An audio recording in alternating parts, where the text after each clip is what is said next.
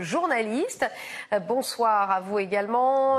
Donc une polémique avec cette jeune femme qui a blasphémé, entre guillemets, volontairement, je le dis, alors que ce n'était pas un blasphème pour la justice. Vous comprenez déjà que cette affaire ait créé la polémique, Gamal Abina. Ça vous a étonné? Non, ça m'a étonné, pour tout vous dire, parce que j'ai reçu cette information il y a 2 jours. C'était monté en épingle dans les réseaux sociaux. Je ne m'attendais vraiment pas à une telle ampleur, parce que bon, on parle quand même d'une gamine de 16 ans. Et quand j'ai vu à quel niveau on est arrivé de débat national sur une affaire qui est au départ privée, je trouve ça extraordinaire. Qu'est-ce que ça dit justement, selon vous, que ça ait atteint ce niveau de débat? C'est que ça dit quelque chose. Oui, clairement, la France est scindée en deux. Aujourd'hui, il y a les laïcs et les laïcards, qui sont vraiment des laïcs, et puis il y a les autres qui sont croyants, pas nécessairement musulmans. Hein. Vous avez les juifs qui sont impliqués là-dedans et qui ont. J'ai eu l'occasion de discuter avec quelqu'un du consistoire. Ces questions-là les intéressent vraiment parce qu'ils sont inquiets, je vous le cache pas. Et puis les catholiques, évidemment, et évidemment les musulmans qui sont en première ligne, parce que c'est ce qui pose problème en France aujourd'hui. Donc c'est vrai que là, on peut se poser la question de savoir pourquoi on est scindé en deux. Nader Alouche.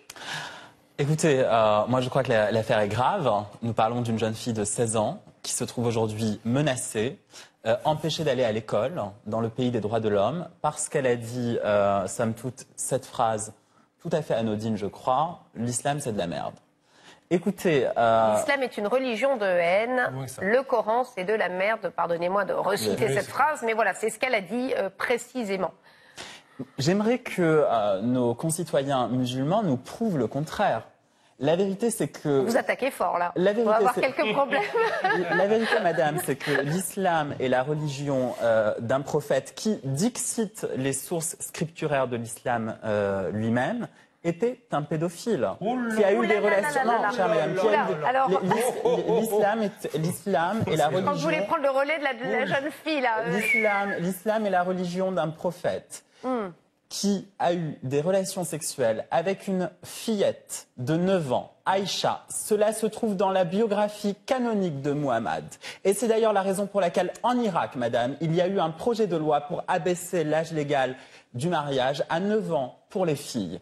Et aujourd'hui, nous avons des organisations musulmanes en France, telles que l'UOIF, qui invitent des hommes comme M. Al-Qardawi, qui nous disent pas moins que cela. Il est légal d'avoir des relations sexuelles avec des fillettes de 9 ans. Alors moi, je demande à nos concitoyens musulmans qu'ils nous prouvent que l'islam est une religion de valeur. Pour ça, encore faudrait-il qu'ils réforment leur discours et peut-être aussi qu'ils réforment leur historiographie.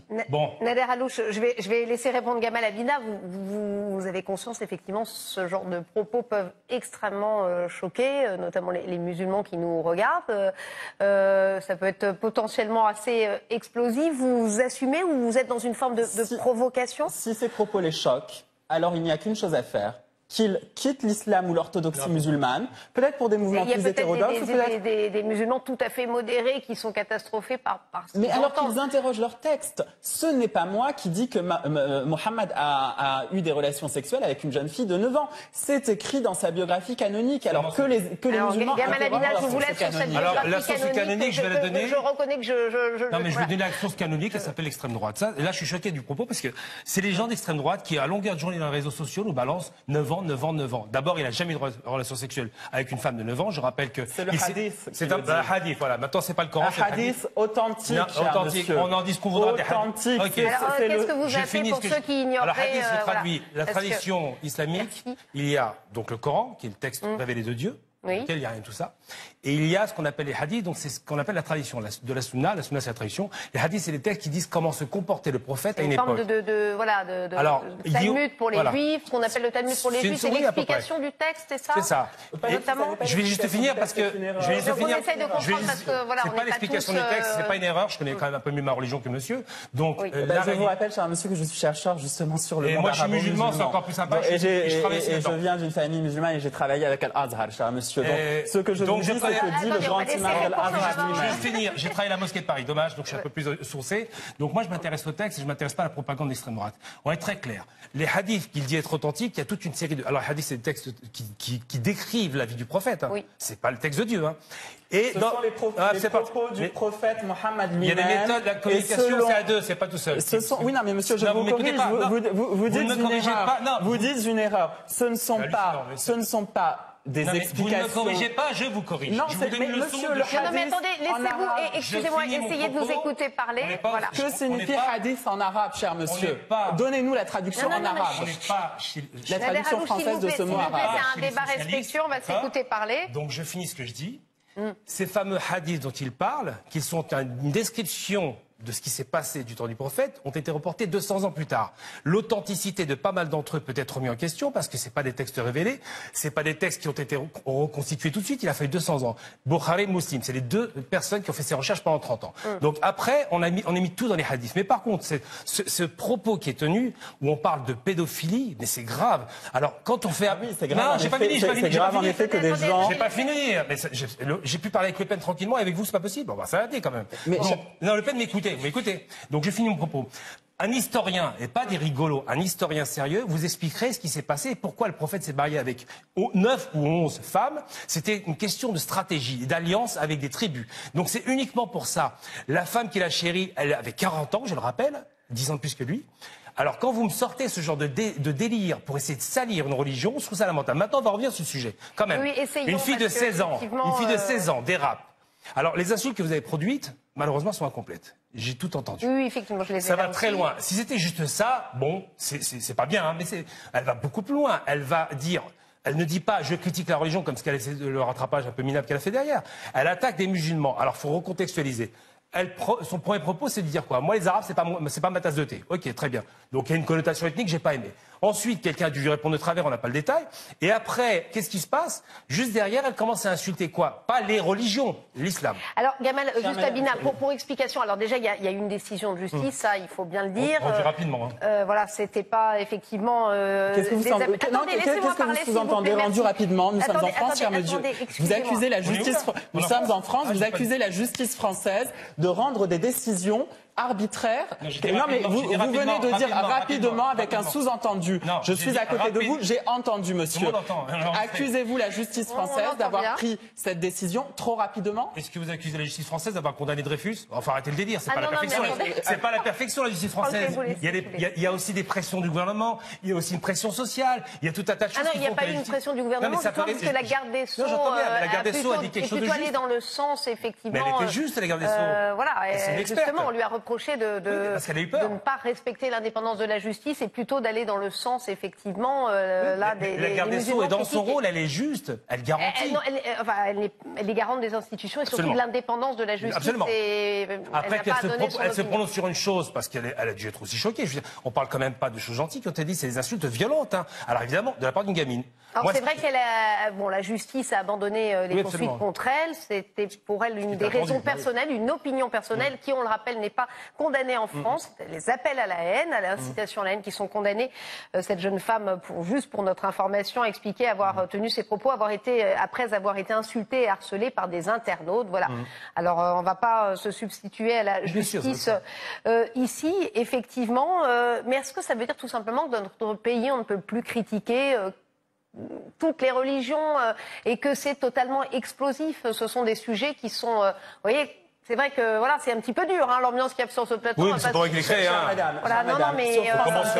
Chère madame, sur France Inter, radio du service public français, nous avons entendu cette chanson tout à fait ignominieuse, Jésus est pédé. Oui. Quelle a été la réaction de la conférence des évêques de France? A-t-on eu une réaction? Ils n'ont plus de pouvoir. A-t-on eu une réaction égale à celle du délégué général du CFCM qui a osé dire sur un plateau de radio, elle l'a bien cherché, elle doit assumer les conséquences de ce qu'elle a dit. Bon, il y a un homme qui a dit ça. Lorsque le père Jacques Hamel a été assassiné par un terroriste se revendiquant de l'islam. Quelle a été la réaction de la conférence des évêques de France et en particulier de l'archevêque de Paris? C'était une réaction toute en dignité et en mesure. Mais quel rapport? Nous aimerions avoir en France des musulmans comme nos catholiques, c'est-à-dire des musulmans mesurés. Soumis. Non, les catholiques sont soumis en France, cher monsieur. Vous dites donc sur le plateau de Rushka Koudaï que la conférence des évêques de France est soumise. Oui, ils ont soumis Vous insultez le catholicisme français, cher monsieur. Vous reprochez à une adolescente d'insulter l'islam et vous insultez le catholicisme français et ses institutions. C'est un journaliste, ça, c'est une blague. On va essayer de rester respectueux et on va surtout raccourcir ce débat. On les écartant du pouvoir. La laïcité a soumis l'Église catholique. Donc pour vous, la laïcité, pour l'histoire, la laïcité est une mesure de soumission de l'Église catholique. C'est votre vision. Non, c'est l'histoire, mais vous ne connaissez pas l'histoire. L'ignorance, il y a beaucoup d'écarts. Gamal Abina, précisez votre pensée. Répondez dans le calme et on essaie. Oui, mais je suis dans le calme, mais il a du mal à se contenir. J'essaie de le calmer parce qu'il dit beaucoup de bêtises et il est ignorant d'histoire. Quand on est ignorant d'histoire, on ne parle pas comme ça. Donc je commence par le début. Effectivement, en 1905, par une voix, ils ont, je parle de la gauche, écarté l'Église de l'éducation. Ils les ont écartés du pouvoir. Ils ont écarté de tous les moyens de pression que l'État avait. Ils ont libéré l'État de l'Église. C'est une réalité. Ça vous plaît pas, c'est comme ça. La laïcité s'est fondée, non pas pour apaiser les tensions, on n'avait plus en France. Elle s'est fondée uniquement pour écarter l'Église de l'État. C'est tout. Ça vous plaît pas? Prenez un bouquin, vous allez adorer. Ensuite, deuxième chose. Concernant vos écarts, vous allez me parler de terroristes. Je vois pas le rapport avec le sujet. Je veux dire, c'est pas parce qu'il y a 2-3 excités tarés qui ont été ratés dans la vie et qui ont pris des calaches en se revendiquant d'une nébuleuse qu'ils connaissent même pas qu'il faut confondre ça avec le reste. Je vais vous parler d'une histoire qui va vous intéresser. Et là, ça va vous intéresser. On a fait monter en épingle une fille de 16 ans qui est insultante. Un concours d'insultes, ça ne se réduit pas à ce qui a été dit. C'est beaucoup plus grave. OK. Ça mérite la une, ça mérite pas la une. Il y a une fille qui a été violée il y a 1 mois par 2 voyous d'origine maghrébine. Elle a été filmée sur Snapchat. Ça aurait dû faire le tour des médias parce que les médias, les réseaux sociaux font monter en épingle des choses sales. Ça, on n'en a pas parlé. Pourquoi on n'a pas parlé? Pourtant, elle a été violée, c'était grave. Il y a un garçon qui a été tué par 2 voyous en banlieue. Il a été jeté dans le canal de l'Ourcq et ça a été filmé sur Snapchat. Ça fait marrer toutes les racailles, sauf ce malheureux et sa famille. Pourquoi on n'en parle pas de ça? Là, il y a mort d'homme. Il y a une femme qui a été violée. Pourquoi vous n'êtes pas là-dessus? Alors, on va parler d'une jeune fille qui a dit des conneries, qui a provoqué parce qu'on l'a provoqué. OK. On l'a provoqué pourquoi? Parce que madame, j'ai appris aujourd'hui, qu'elle était homosexuelle et qu'elle le revendiquait. Elle a le droit. Chère madame, combien de viols y a-t-il en France tous les jours? Combien de viols y a-t-il en France tous les jours, y compris filmés, diffusés sur les réseaux sociaux? La différence entre cette affaire, qui est un fait divers, et l'affaire Mila, c'est que l'affaire Mila est politique. Elle touche à la liberté de blasphémer. L'affaire Mila a une dimension politique, vous le savez très bien. Non, je sais pas. Vous le savez très bien. Je sais que c'est récupéré politiquement. Quelle est la dimension politique d'un viol filmé diffusé sur les réseaux sociaux? Il y a eu plusieurs lois. Justement, pour lutter contre les violences sexuelles. Et je vous répète, dans quel contexte cette jeune femme a-t-elle été violée et filmée? Rappelez-moi, cher monsieur. Dans quel contexte? Dans quel contexte a-t-elle été violée? Mais dites-le nous, moi je ne sais pas. C'est vous qui avez lancé ce sujet. Dites-nous, expliquez-nous. Elle a été violée dans le contexte de l'obsession d'exister sur Internet et sur Snapchat. Qui étaient ces violeurs? 2 voyous. Qui étaient 2 voyous? Mais qui? 2 voyous. J'ai pas leur prénom, c'est comme cette jeune fille. Monsieur, vous parlez d'une affaire. Moi, j'aimerais. S'appelle Mila. Revenons à nos moutons. Revenons à nos moutons, chère madame. C'est-à-dire que vous avez aujourd'hui en banlieue, dans de nombreux territoires français, à majorité musulmane, des filles qui subissent des violences sexuelles, également des mutilations sexuelles. Je vous rappelle qu'à Londres, il y a encore quelques mois, il y a un procès pour excision et que la Ligue du droit. Mais cher monsieur, il en va de ce dont vous parliez, c'est-à-dire les violences sexuelles.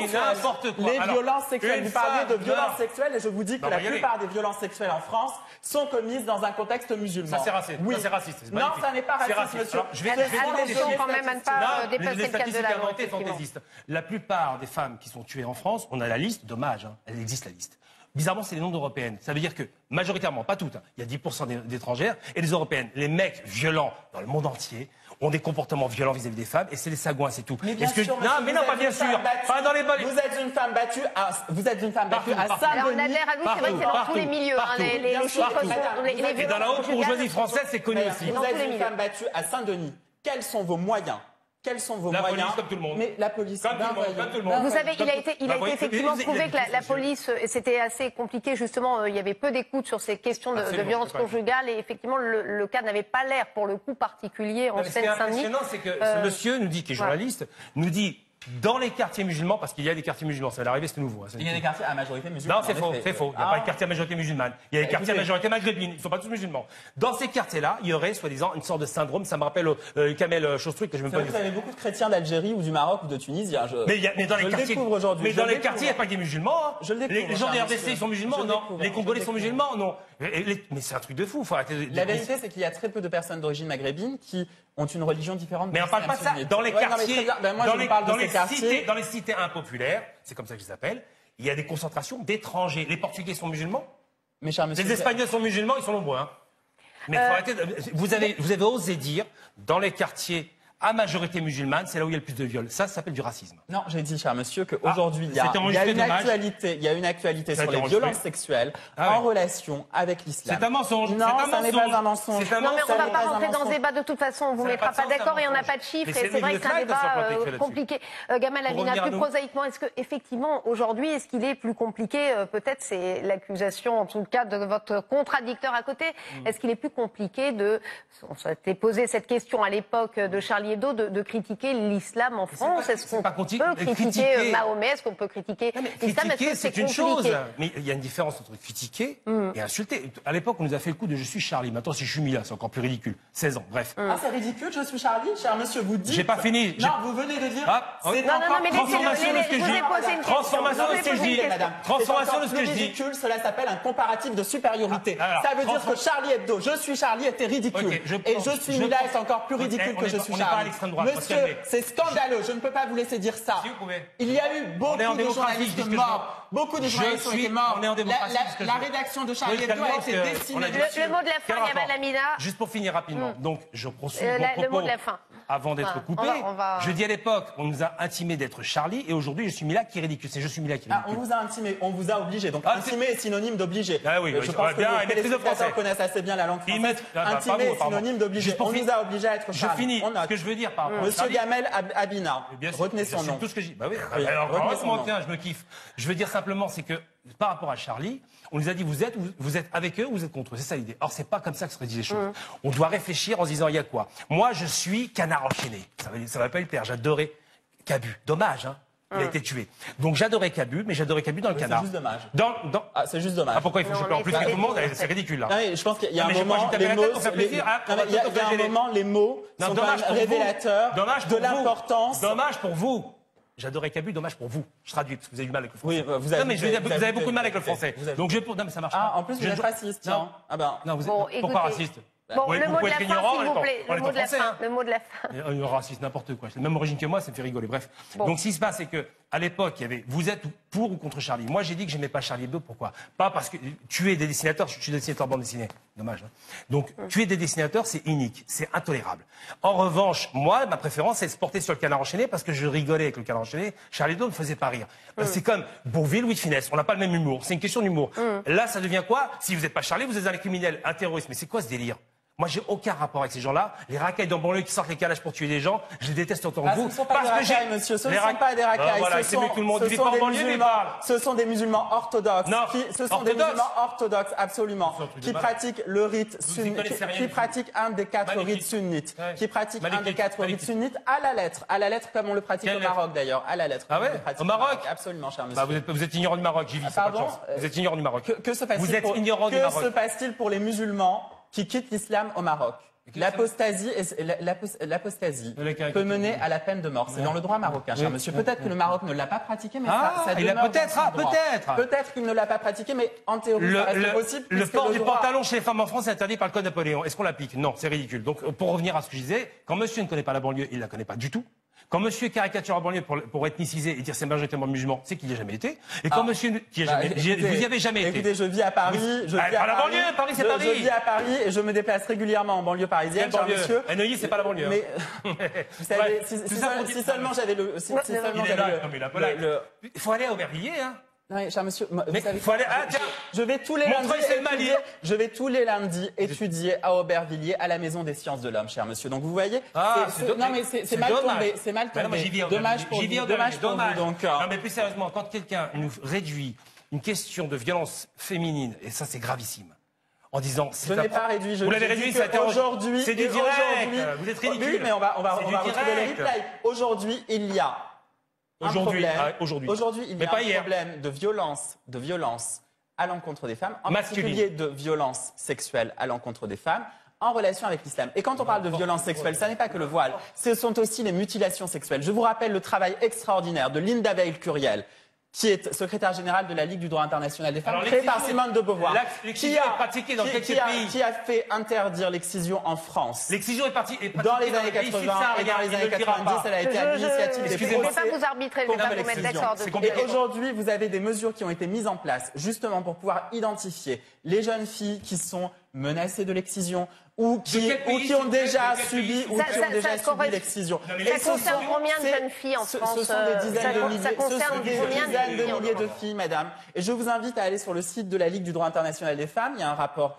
tout à fait détaillé sur le sujet. Et aujourd'hui, il y a même des discussions franco-allemandes très sérieuses dans le cadre bilatéral sur le problème de l'excision et des violences féminines dans le cadre de l'islam. Précis parce que monsieur est ignorant de la chose. L'excision est pratiquée par les pays subsahariens. C'est pas une tradition musulmane, contrairement au mensonge qui vient d'être proféré.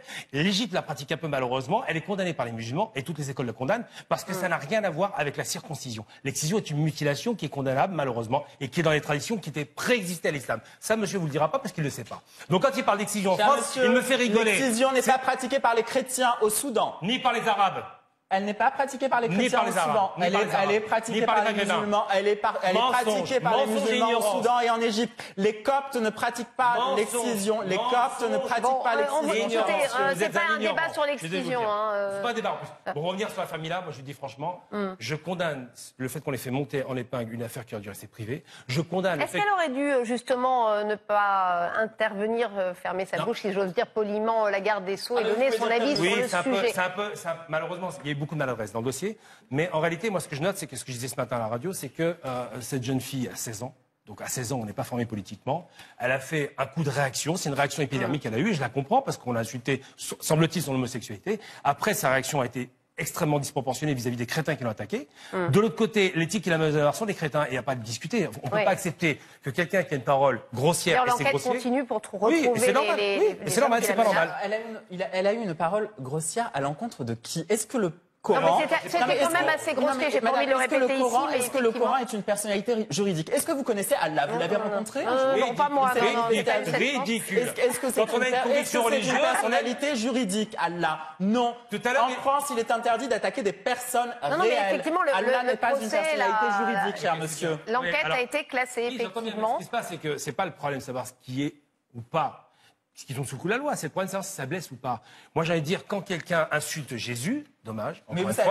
puis il a coupé, c'est génial. Quand quelqu'un insulte Jésus, je parle civilisé et à chaque fois il s'énerve. Donc quand quelqu'un insulte Jésus, je trouve ça intolérable. Et les nazis, quand on insulte Hitler, trouvent ça intolérable aussi, cher madame. Et oui. Alors là, il est mal. Non, mais là, non. Les militants du Front National, quand on insulte Jean-Marie Le Pen, trouvent ça inacceptable également. En quoi Mahomet est plus sacré que n'importe quel autre homme sur cette planète? Parce qu'il y a 1 milliard d'individus qui y croient. Personne, évidemment, c'est pas plus sacré. Pour les bouddhistes, le Bouddha est sacré. Pour les chrétiens, Jésus est sacré. Cher monsieur, Moïse est sacré, est célébré. Mais cher monsieur, nous vivons dans une république laïque. Nous n'avons pas à reconnaître la sacralité des mythes d'autrui. La République laïque respecte les cultes des gens. Vous ne la respectez pas. Mes chers monsieur, merci. On termine là. Gamal Abina, Nader Halouche pour ce débat plus qu'animé. Merci à vous en tout cas.